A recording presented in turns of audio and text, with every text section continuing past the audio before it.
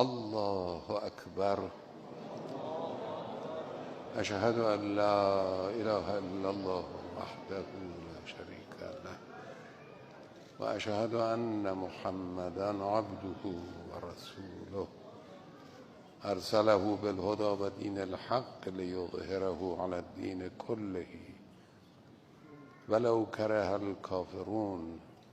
الله أكبر.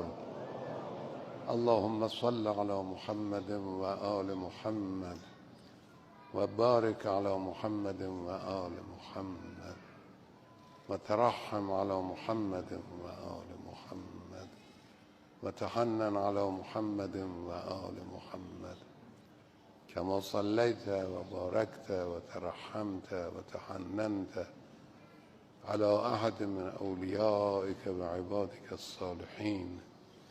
الله أكبر.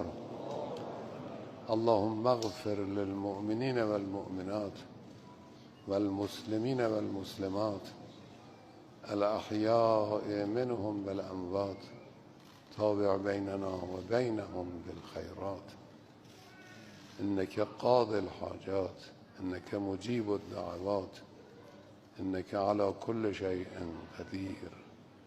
الله أكبر.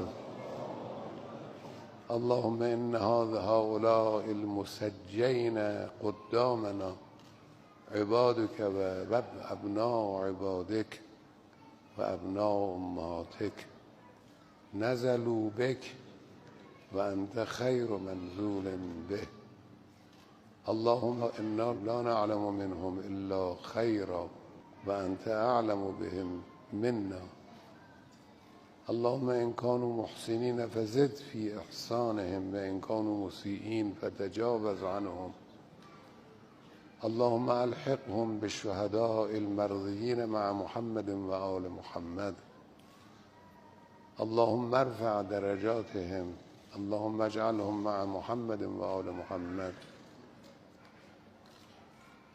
اللهم بحق محمد وآل محمد ارزقنا ما رزقتهم من رضاك ورحمتك وعافيتك في الدنيا والآخرة.